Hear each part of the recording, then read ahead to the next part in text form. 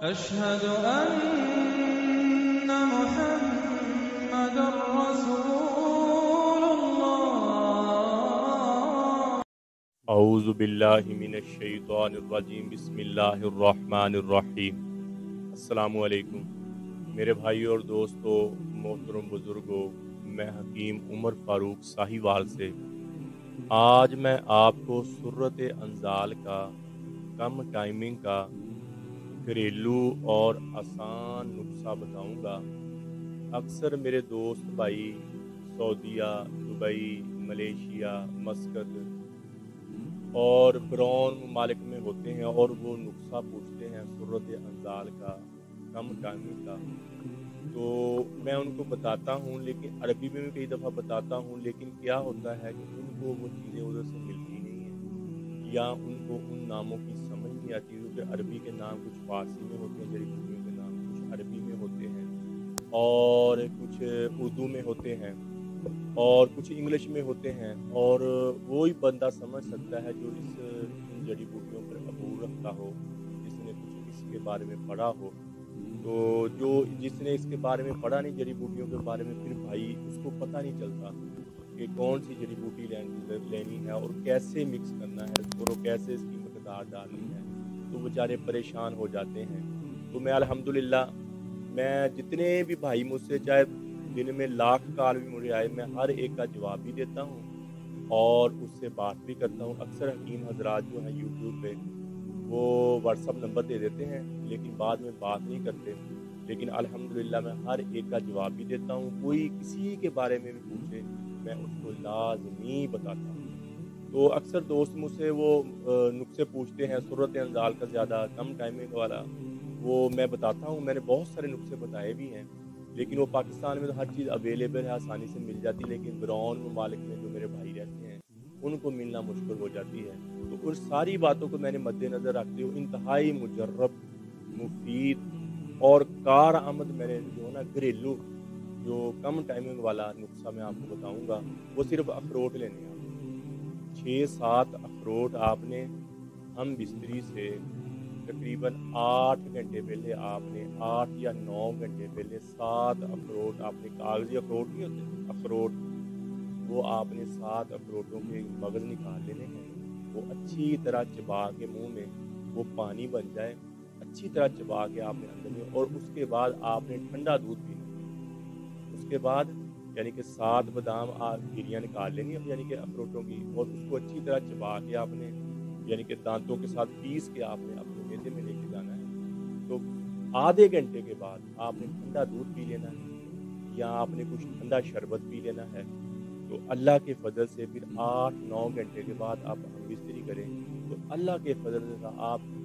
پونا گھنٹہ سے لے کر 1 گھنٹہ تک آپ کی ٹائمنگ ہوگی،